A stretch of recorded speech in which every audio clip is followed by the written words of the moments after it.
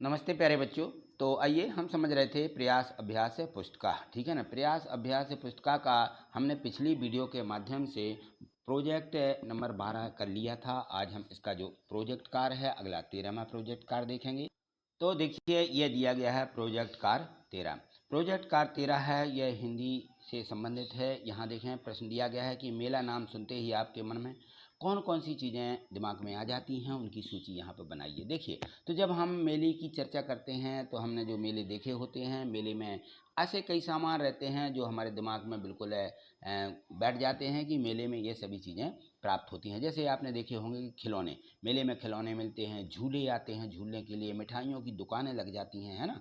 खेल का सामान, ढेर सारा सामान होता है, गुब्बारे होते, कपड़े होते, समोसा, पोस्टर, जादूगर इत्यादि इत्यादि। और भी आप वस्तुएं लिख सकते हैं जो आपने मेले में देखी होंगी। तो इन चीज़ें हमें मेला में सभी चीज़ें दिखाई देती हैं। तो ये आपको यहाँ पे लिखना, ठीक है। ये प्रश्न पूछा गया। यहाँ पे देखिए, यह है प्रोजेक्ट कार्य के रूप में कि आपके गांव, घर या शहर में अथवा आसपास में कौन सा मेला लगता है उनके बारे में लिखिए। तो देखिए, आप जो आपके यहाँ पे मेला लगता है उसके बारे में लिख दीजिए। कई मेले हैं आपके वहाँ गांव में नहीं लगते, गांव से थोड़ी दूर लगते हैं, तो उनको लिख दीजिए। तो इस प्रकार से लिख देंगे कि हमारे गाँव में कुछ दूरी पर हर वर्ष, जैसे हमने लिख दिया, महाशिवरात्रि का मेला लगता है जिसमें बाहर से लोग कांवर लेकर के आते हैं और अपनी मनोकामनाएं पूर्ण करते हैं। तो इसी प्रकार से आप भी अपने गांव के पास या शहर के आसपास या शहर में जो भी मेला लगता है उसके बारे में जानकारी लेकर के अपने बड़ों से, पूर्वजों से, और उसमें का वर्णन यहाँ पे कर दें, ठीक है।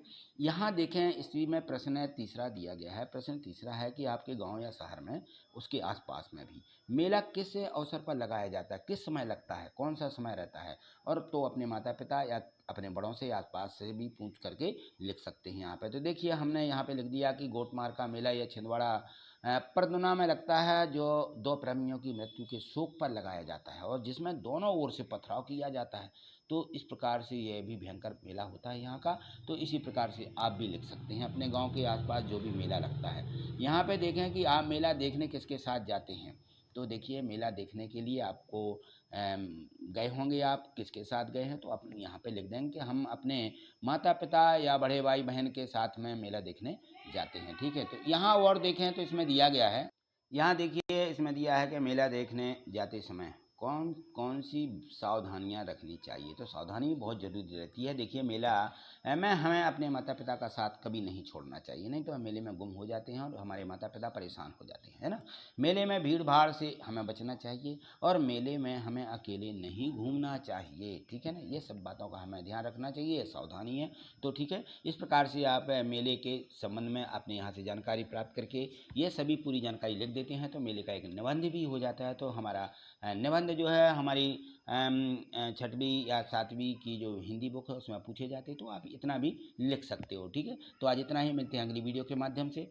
आगे देखने के लिए चैनल को सब्सक्राइब करके रखें यदि चैनल पर नए हैं तो, और आपने चैनल सब्सक्राइब कर लिया तो कोई बात नहीं है, लेकिन वीडियो को लाइक अवश्य करिए, ठीक है। थैंक यू, धन्यवाद।